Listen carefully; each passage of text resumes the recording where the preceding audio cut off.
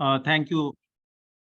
Thank you, Indranil, and a very warm welcome. Good afternoon to everybody who are participating in this webinar.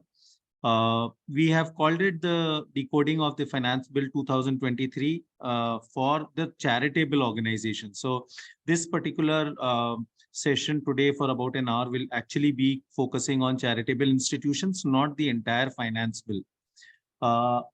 Now, as far as the finance bill is concerned of 2023, which was presented on the 1st of February by the Honorable Finance Minister, our understanding is that, slowly the regulations relating to, in the income tax relating to not-for-profits are only getting tightened. Okay.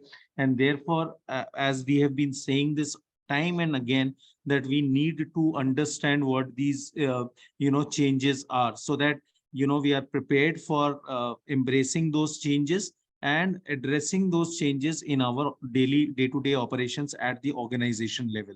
So if you will see these changes, there are some 8 changes. Next slide.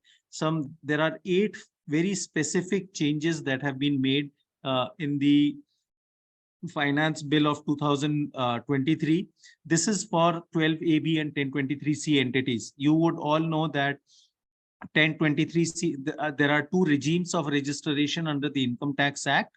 As far as charitable organizations are concerned, generally, one is the 1023C approval entities, which are essentially educational institutions and medical institutions, okay, which are approved or not approved, depending upon the kind of work that they do in the medical and the educational space.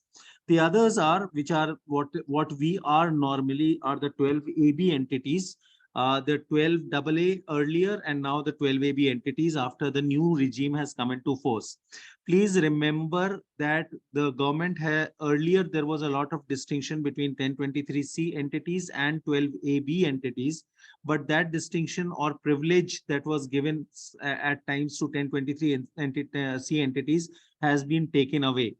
Our understanding is that in due course of time, both these regimes will actually be clubbed into one. So while the government is not saying that very upfront, but definitely, I think in the years to come, the 1023C entities and the 12AB entities would all merge into one category finally. Now, since historically these are 2 separate entities, therefore the government is continuing with them. So most charitable organizations that are run normally are either 12AB, which is 98%, 99% of the total number of charitable institutions registered with the income tax department. And the remaining one would be 1023C entities, which are, as I said, educational and medical institutions, primarily because they are restricted to education and, health services. Therefore, their scope of operations is also limited. So if that were not the case, then most organizations would generally go in for 12A, eligibility and 12AB registration. Now there are coming to the, I will try to explain that these changes not in very technical terms, but with the intention that as normal people, you are able to understand what are these changes. Okay, so I have mentioned 8 changes here. 8 changes have been mentioned here, and this is these 8 changes we will see one after the other. First one is the application made from corpus funds or from loans and borrowings. So in case there is a deficit, we will the government had permitted application from corpus funds and from loans and borrowings, and in 2021 there was an amendment which says when can it be considered as an application. There are several more changes that have come. We will see that. Second thing is that any charitable institution which got a registration had the benefit of retrospective benefit, that is benefit from a back date of getting the benefit as a charitable organizations for assessments that were open. Now that has been withdrawn. We will see more of that. What is this inter-charity donation of local funds? It means that if an organization X is giving donation to Y, not actually implementing, but giving donation. So we have seen an FCRA inter-charity donation. Similarly, from local funds also, inter-charity donations is possible. That is, I am organization X and I give a donation to Y for implementation. I don't implement it myself. Now, there are some changes that have happened there as far as inter-charity donations of local funds are concerned. So most domestic foundations will actually be doing inter-charity donation because they themselves will be only partly implementing, but majorly they will be actually doing uh, uh, inter-charity donation. The next is yeah, you can call it sub-grant. Inter-charity donation is sub-grant. Basically, it is sub-grant. It is granting to another organization, something which has been prohibited under FCRA, but is allowed under the local laws. Please remember that the way the FCRA has been actually, tightened, even the income tax law is getting tighter day by day.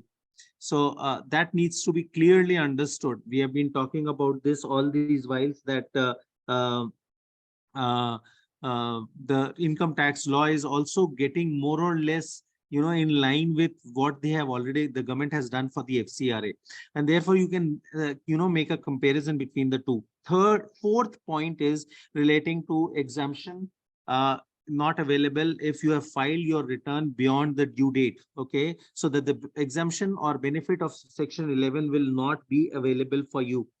Now, the fifth point is timeline for filing form number 9A and form number 10. Okay, so most of you would know that there is this form number 9A and 10, and we will come to that. Earlier, there was no time limit for filing the form number 9A and 10, but now there is a time limit that has been specified.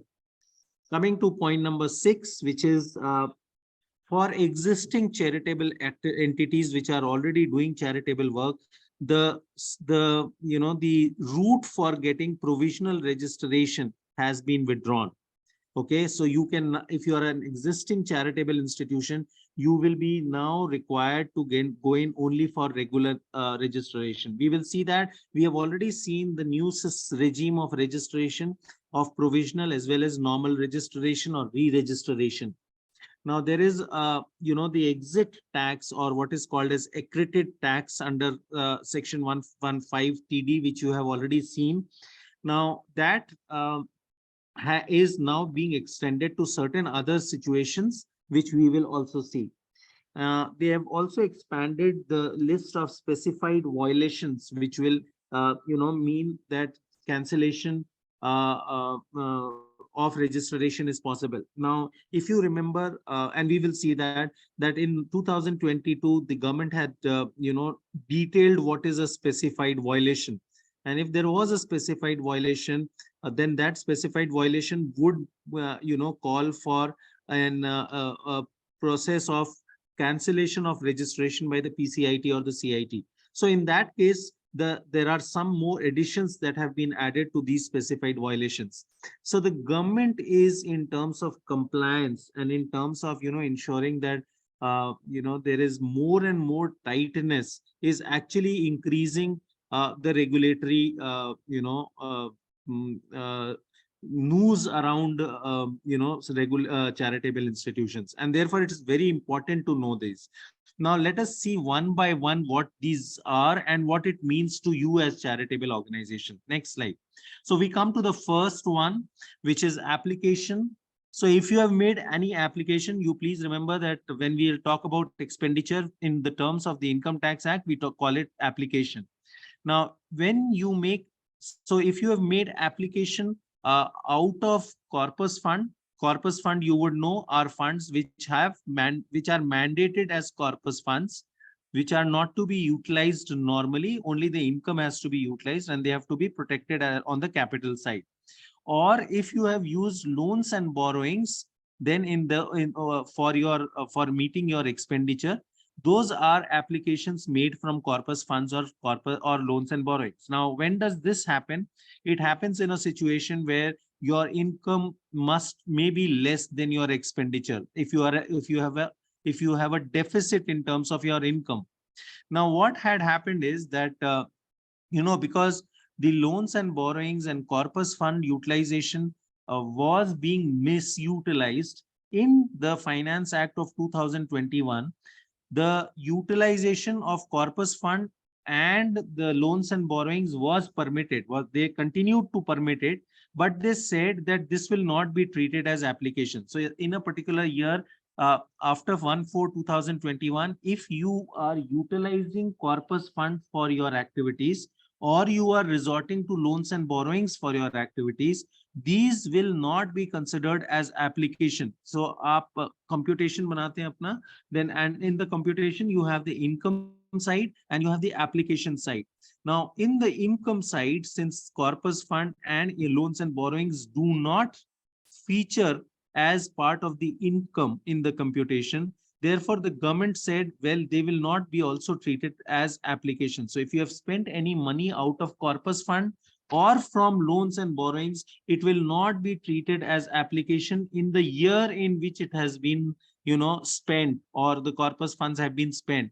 But when will it be considered as application? It will be considered as application in the year in which the corpus is refilled. If you are, if you have used 100 rupees from corpus, the year in which you will, deposit it back 100 rupees, or in case of loans and borrowings, when you will repay the loans and borrowings. So if you have taken 100 rupees in loans and borrowings and utilize that for purposes of your expenditure, then that expenditure will not be considered as application in the year in which it has been used, but it will be considered as application in the year in which it has been refunded.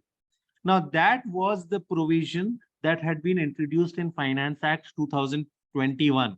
And we have seen that many of you who have attended our classes, our course, must have already seen that this is the provision.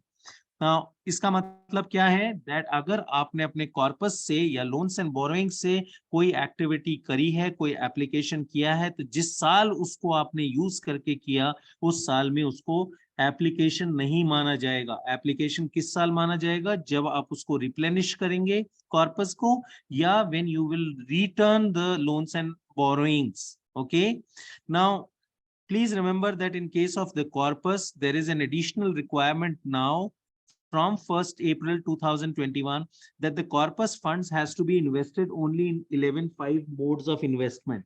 Okay. Now, this is something that was the condition in 2021 in situations where you are making an application from corpus fund or loans and borrowings. Now, the government has made changes in 2023 budget in 3 ways. One is that the replenishment of corpus, or the refund of, or the return, or of the repayment of loans and borrowings will have to be done within a period of 5 years. So in 2021 there was no restriction in terms of time कि उसको कब replenish किया जाएगा या repayment कब किया जाएगा. Now the government has said, well, any repayment of loans and borrowings which you have utilized will be considered as application, or any replenishment of corpus which you have utilized will be considered for application only up to a period of 5 years. If you replenish or repay after 5 years, it will not be considered as application. इसका मतलब ये है कि आपने खर्चा कर दिया और उसका आपको बेनिफिट नहीं मिला. That is what it is. So if you have the corpus application or loans and borrowings used for application, then that application will be considered only within a period of 5 years. The second change that has happened is that the application that you have made from corpus or loans and borrowings prior to 1/4/2021 will not have 1/4/2021 will not have this benefit, because the government says that any loans and borrowings or corpus utilization, you would have taken that as application before 1/4/2021. Now this loophole was there in 2021-22.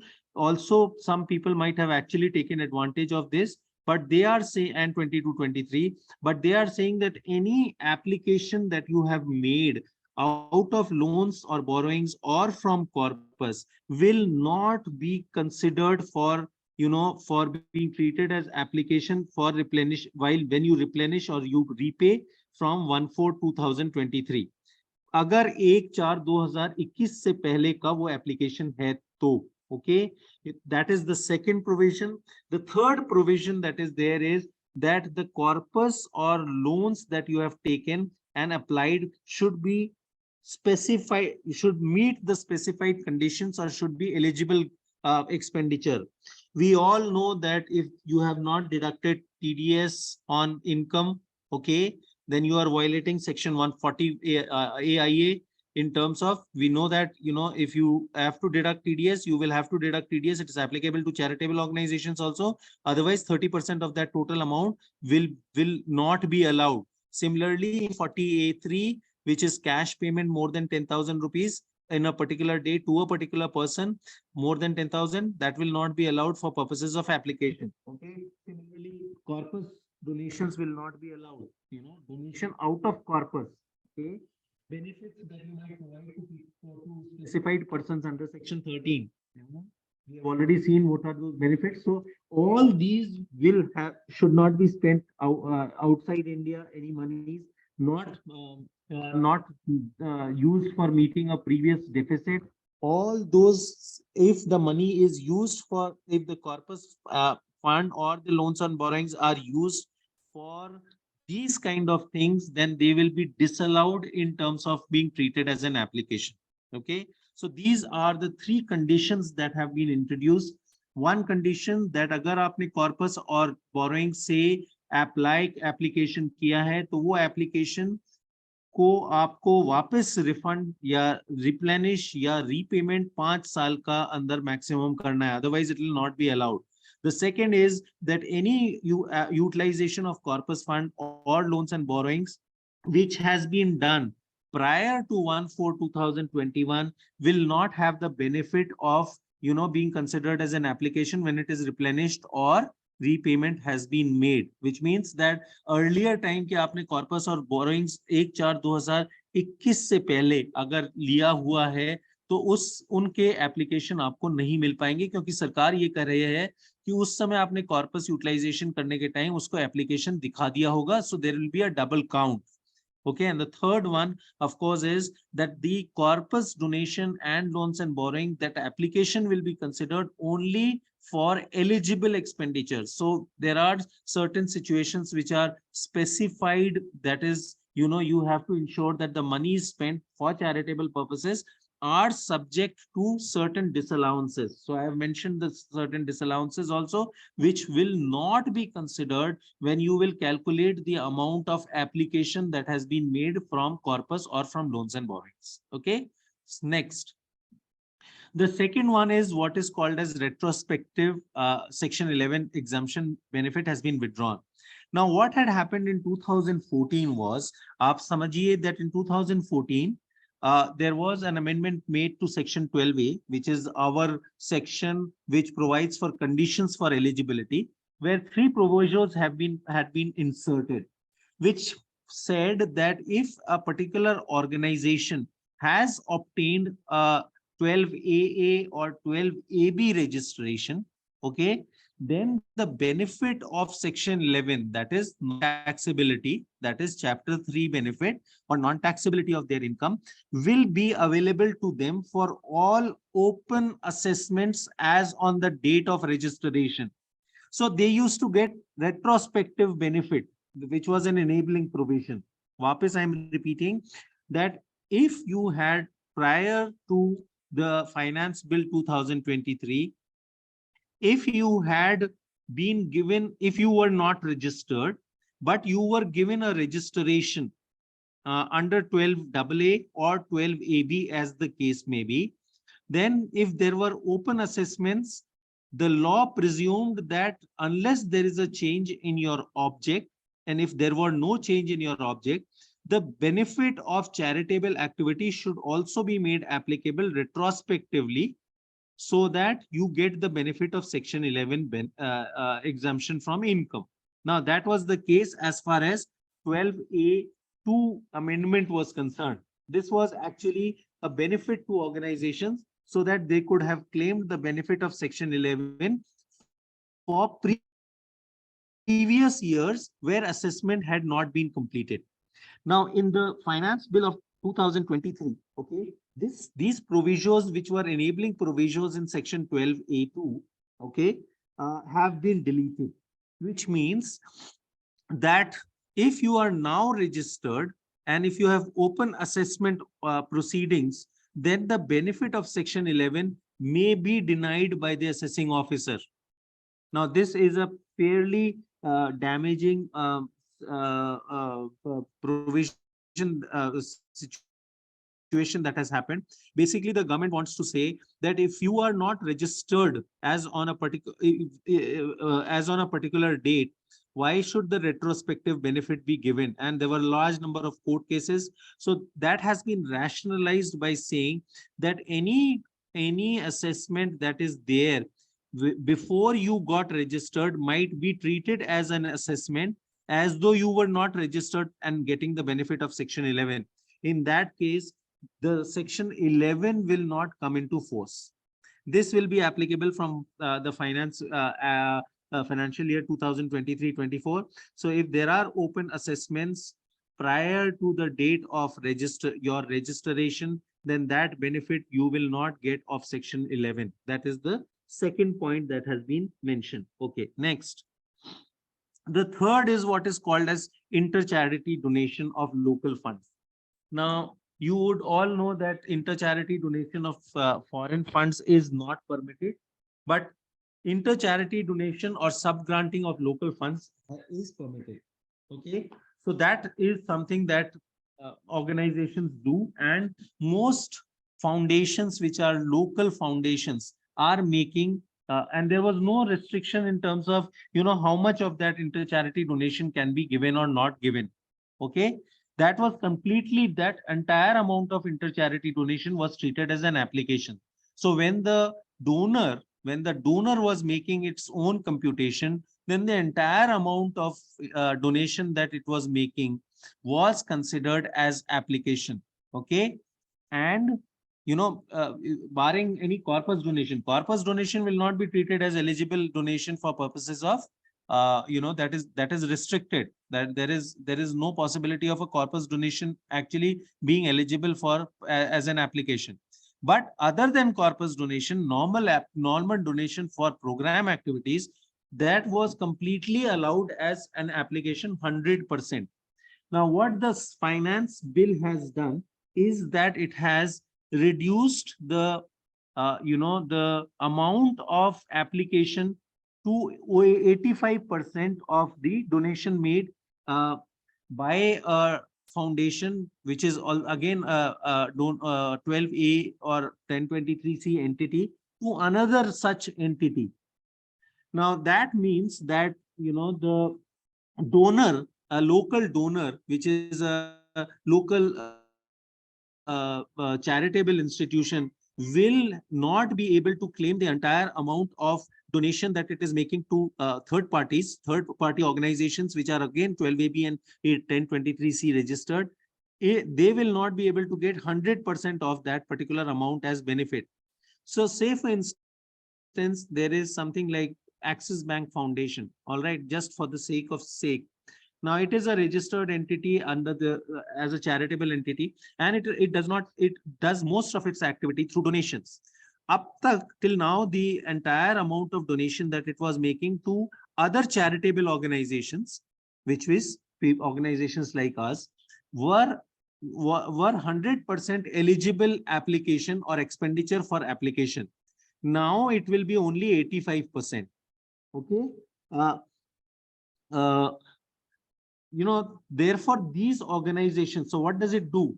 What does it do? So for instance, theoretically, if an X organization, say even Axis Bank for that matter, were to have 100 rupees of donation for which is inter-charity donation, then they will be able to only show 85 rupees as application. Now, what does that mean? That means that they will not be able to meet the 85% criteria overall for purposes of not being taxable. We all know that under section 11, out of your total income, 85% has to be utilized. Okay.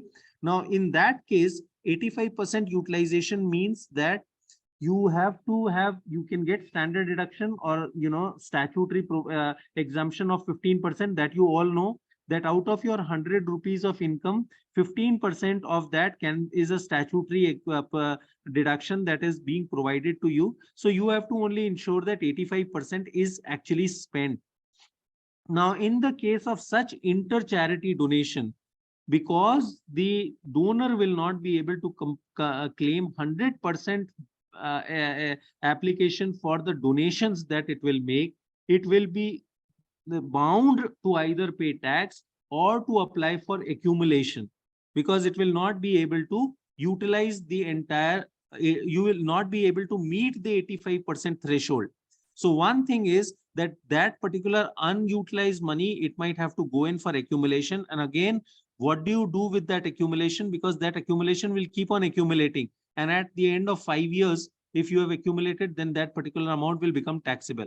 The second thing that might happen is that a large number of these, donor agencies might also resort to a lot of direct implementation because of this restriction that is coming.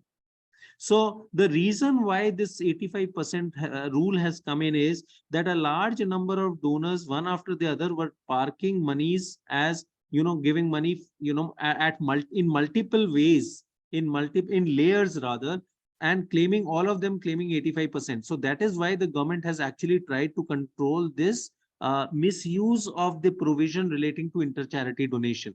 So suppose I were to give 100 rupees and 85 rupees, 100% I give benefit, then it goes to another donor, that donor also gives. So that way, the government wants to discourage that kind of practice and is putting this condition of 85%. But this 85% is actually going to have problems for the donor, because even if they opt for accumulation, because they are not able to utilize 85% of their income, which is required, otherwise they are liable for tax, as you would know. So they might actually have to go in for 11(2) exemption or 11(2) accumulation, file form number 10. But whatever accumulation there is, how will they utilize? Because unless there is a huge amount of excess income in subsequent years, otherwise they will have challenges in being able to utilize that accumulation.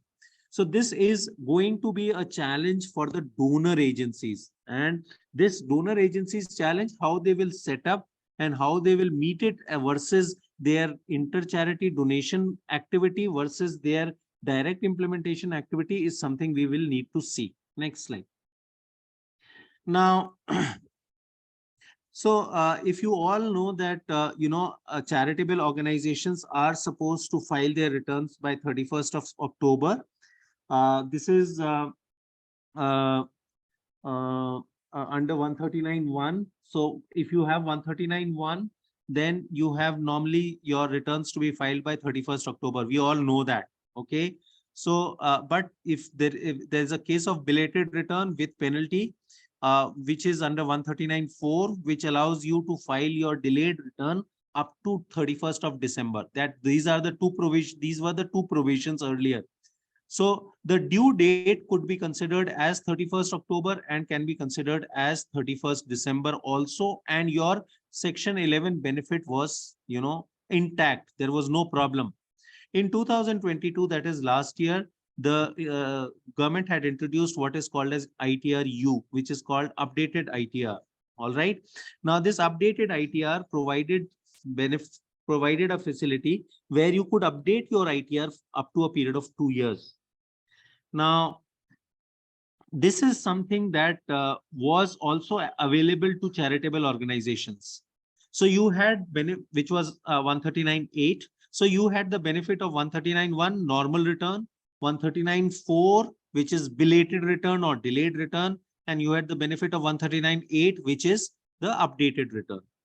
Now, the government in this case in 2023 has said that the charitable organizations who are availing benefit under Section 11, that is, income not liable for not being considered total income, income held from property held under trust, not part of total income. That's the section 11. That benefit will not be available in case of updated returns. So ITRU for a charitable organization will not be able to claim the benefit of section 11. Now the section 11 benefit is the only critical, only crucial, only the benefit that that is making charitable organizations different from any other form of normal organization. So if you have to claim benefit under section 11, then you have to file your return by 31st of October 2023. That is normal return. That is the due date for normal return, as you all know, unless there is a change for that particular year. But normally it is 31st October. And in case there is a chance of belated return also, which is also within the due date as provided currently, but with a fine, okay, with the penalty. Now that is also 139(4). So belated returns are also accepted, and therefore the benefit of section 11 is still available to you.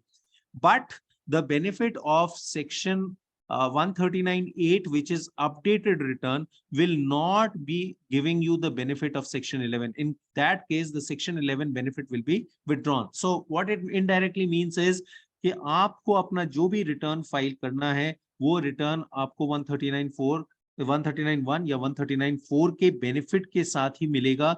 If you want to opt for the benefit of 139(8), your exemption benefit will not be available by the department, because the government says that we cannot give the benefit of exemption of tax under 11 for a period of 2 years. Okay. Of course, even for normal ITRUs, where there is, a refund or any benefit that accrues because of the updated return, that benefit is not being passed on. So that is the same analogy that they are wanting to use for charitable organizations. Okay. So in our case, the ITRU is completely ruled out. That is what I want to say. Next slide. Now, most of you would know that you have to utilize 85% of your income in a year.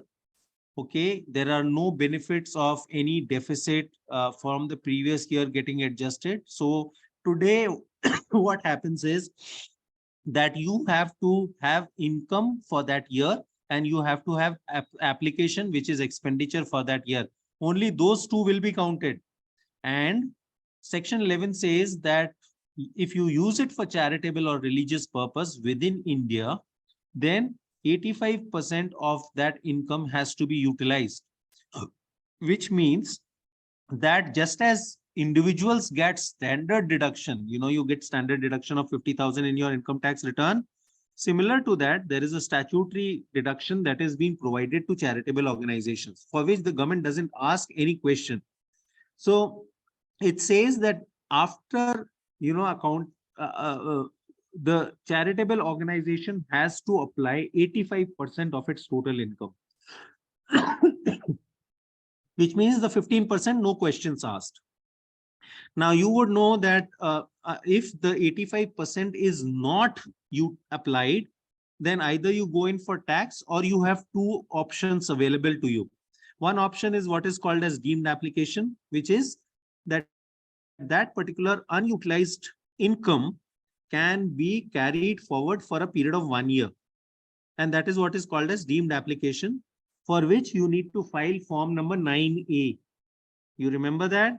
And the form 9A has to be filed online, and you have to use that money. So it will be deemed as an application in the year in which you are reporting, but you have to utilize it in the next year. If you do not utilize it in the next year based on your form 9A, then it will become taxable. So that is one route, which is called deemed application. The second route is where you have a longer term plan and you want to accumulate. So that was the other route that is available if you do not, fulfill your 85% threshold, 85% utilize application out of the income for that year. Then this is the second option, where you can accumulate for a period of 5 years. Here, you will have to, there are certain other conditions also as to how, where will this accumulation be invested. It cannot be given to any other organization as donation. We have seen inter-charity donation. In case of accumulation, inter-charity donation is ruled out. Okay, it has to be invested in the section 11(5) modes of investment. All that provisions are there, but you'll have to file and get an board resolution and file form number 10 online, specifying the purpose for which this amount is getting accumulated. And you can accumulate that for a period of 5 years.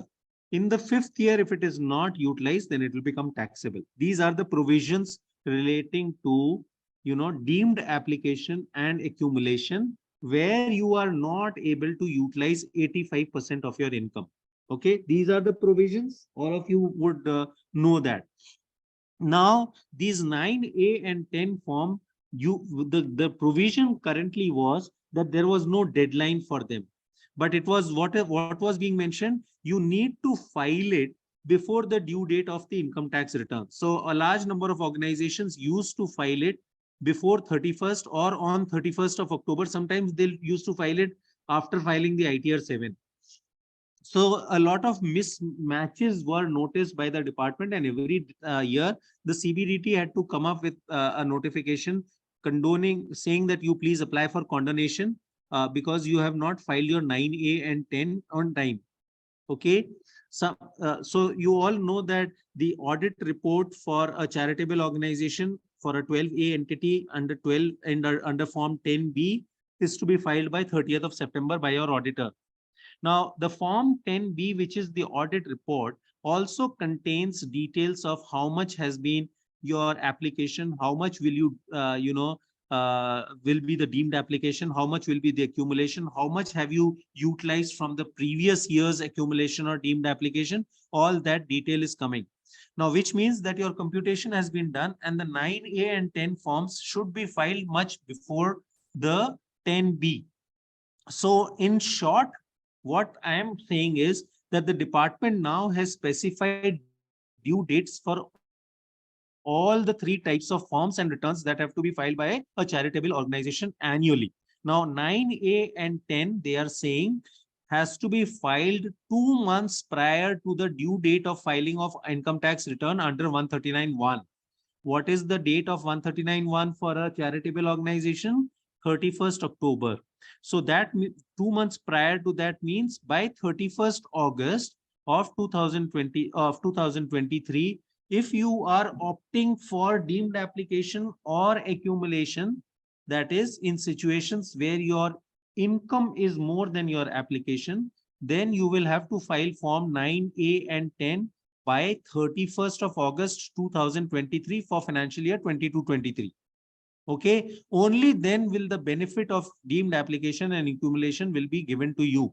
Now, what are the 3 dates now? So the 3 dates now are for the next financial year.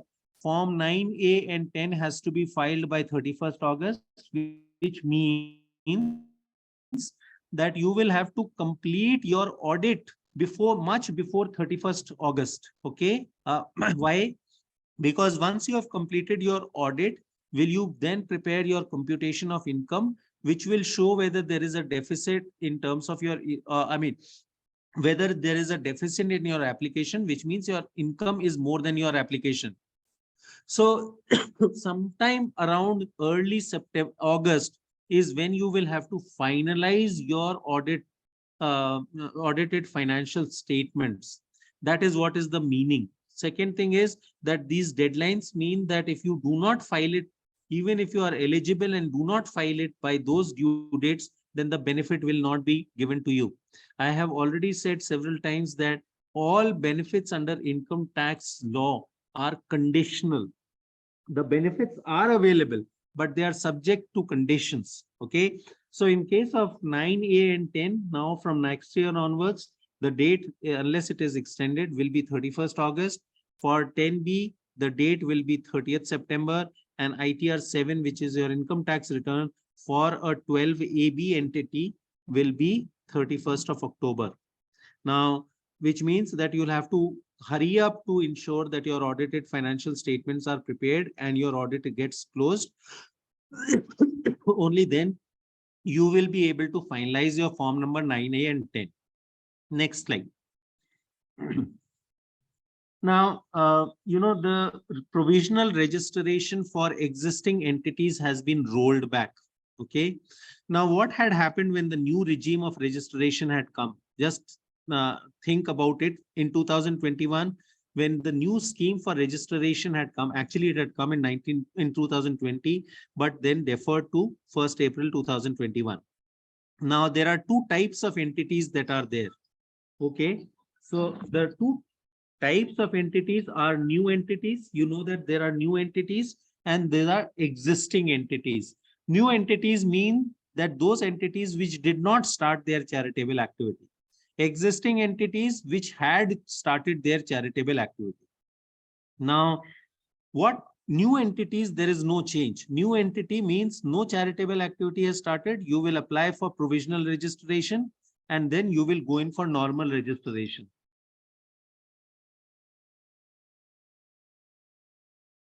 Okay, so you will apply for provisional registration if you are a new entity, and then you will have to apply for normal registration. What is the provision? The provision says that if you are a new entity, please make application in form 10A. Then your application is processed automatically and you will get a provisional certificate. Within 6 months of commencement of charitable activity or 3 months prior to or 6 months prior to completion of the provisional registration certificate, which is for a period of 3 years, you will have to apply for normal registration. Otherwise, you will lose the provisional registration status. Now, the provisional registration and the regular registration are same. They give you the same benefit. Now, sir, a large number of unregistered, okay, organizations, unregistered. So I'm not talking of new organizations, unregistered existing organizations, or those organizations who were earlier registered, but they did not register themselves. Okay. They did not register themselves within time. So earlier, what was the time that for existing entities? 31st of March 2022, which was then extended up to 25th of November 2022. Now, if there is, so what existing entities were doing, the existing entities were also going in for provisional registration. And since they were already doing charitable activity, they will apply for normal registration. Okay. Now, so that particular, thing is now being put to rest, in the sense that if it is an entity which has commenced charitable activity, then they will not be able to get the benefit of provisional registration.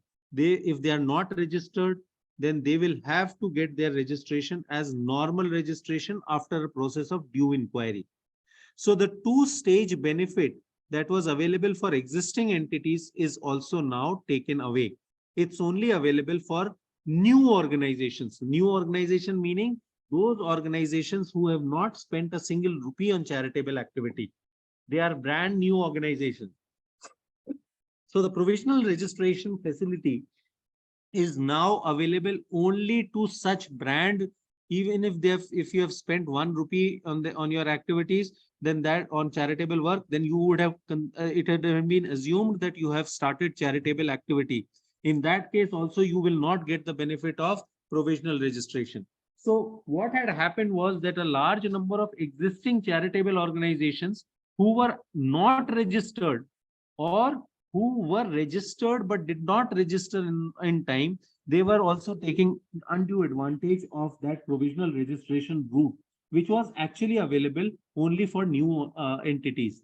So that particular thing has been stopped. Now you will be such entities which are already were registered earlier and not registered today, or were never registered, will need to now go for normal registration only after a due process of inquiry. We all know that when the re-registration happened or the provisional registration happened in 2021-22, there was no question that was asked. You just applied in form 10A and you got your provisional registration or your normal registration in form 10AC. All right. But when you go for renewal or when you go for conversion of your provisional registration into normal registration, there is a due process of inquiry. So that will still stay. But if you are not registered, but you are doing charitable activity, or if you are registered, but you have not got yourself registered within timeline, then you will have to apply only for normal registration. The provisional registration facility is no longer available for existing charitable entities who are already into charitable work. Next slide. Now, I don't know how many of you know what is an exit tax. Exit tax is under section 115 TD, if you can read. This was introduced in 2016, and it provided for situations where exit tax or accreted tax would be applicable to charitable organizations. Now, what is this exit tax? We have, I think if people have attended our classes would know that, you know, if your certificate is cancelled, if you have started an object which is not related to charitable work or not related to your earlier object when you got registered, or if you merge yourself with a profit commercial entity, or if you have dissolved yourself, you have not transferred your assets within a period of 12 months to a not-for-profit 12A entity. All those were situations where exit tax under 115 TD section would be applicable. What was the tax? The tax said that whatever were your assets in that organization, the market value of those assets will be treated as liable for tax at the maximum marginal rate. So for instance, we are not talking of income, we are talking of assets.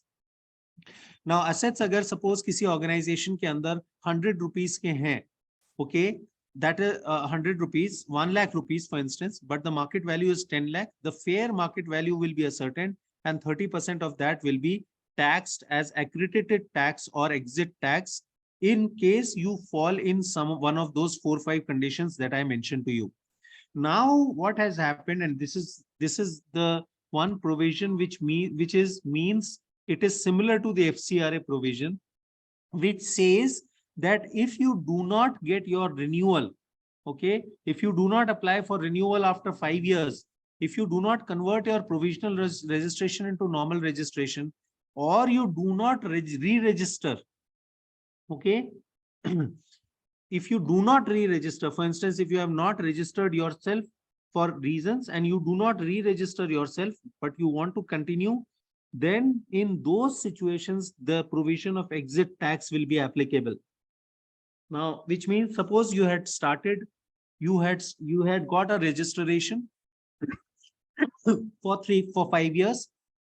After 5 years, you don't go in for renewal of your registration.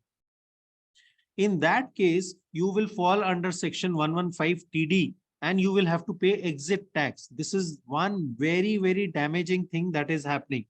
So for charitable organizations, the exit route is now capped. There is no exit route now. So suppose after 5 years, now how does it happen in FCRA organizations? FCRA organizations, if you do not renew, your certificate of registration ceases and all your assets and all your foreign contribution is now gets vested in the prescribed authority. Similar to that, they have introduced this exit tax in case of non-renewal, non-conversion of provisional into normal registration, or non-re-registration. If you are already doing some activity, but you are not registering yourself, that will attract exit tax. Okay. So what government says is that if you are not registered for our purposes, it is treated as cancellation.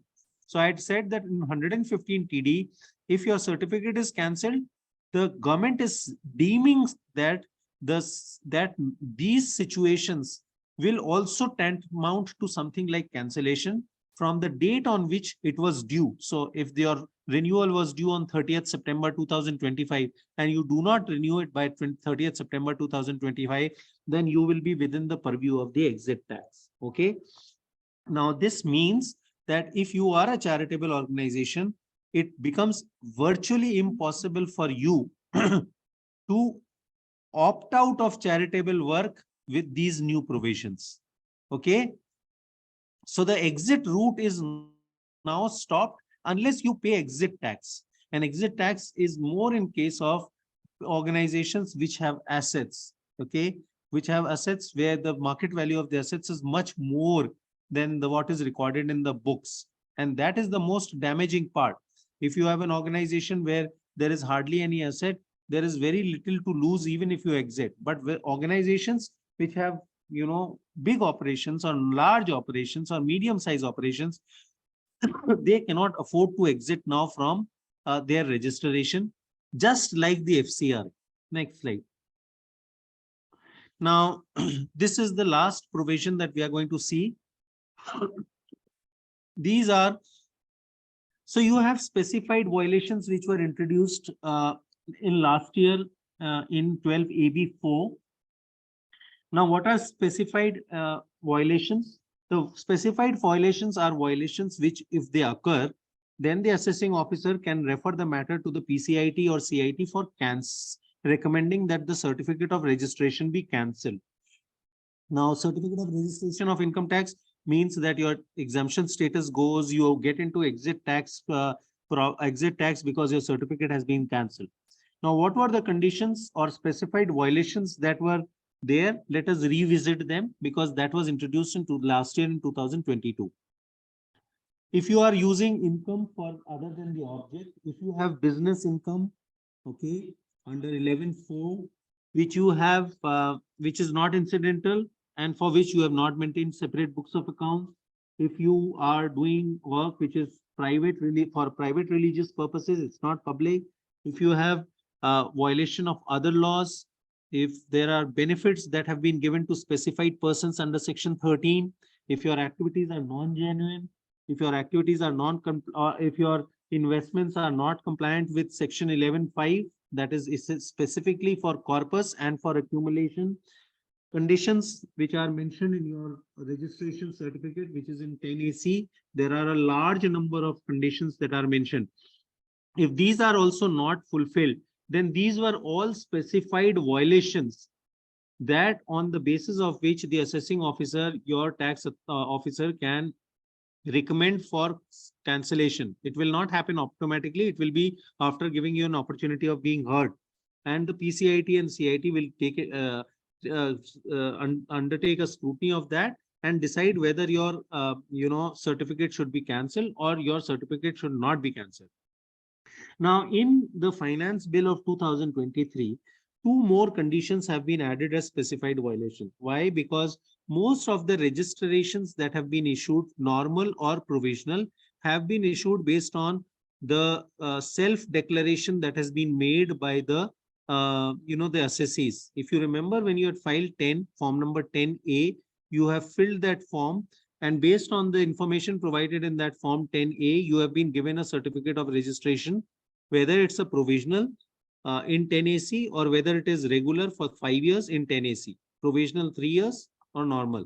Now, the department has noticed that a lot of wrong information have been given. So they have now introduced two more provisions or two more violations which will be treated as specified violation. If you have provided incomplete information or you have provided false information at the time of making application for registration. So if you are making a registration for exemption under 11, that is for getting 12AB or 1023C approval. But if you have given wrong information, false information, incorrect information, or incomplete information, then all those situations also are specified violations, which will enable the department to initiate cancellation of certificate of registration proceedings. Okay. Next, I think that's all. So that brings me an end to all the 8 changes that have happened in the finance bill of 2023, which will become an act once it is passed by Parliament. What I can say is that all these are, situations which are giving as an indication that unless we are very up to date about our work, about our activities, we will have problem in terms of getting into any conflict with the department. And unless we understand compliances, unless we understand the repercussions. Now, for instance, there is nothing like not continuing as a charitable. If you do not continue as a charitable organization, you will be under 115 TD section, which is the exit tax section. So all those things is something that you will have to be bothered about. Now, I leave the floor open to questions. Let me just see if there are any questions from the in the chat box.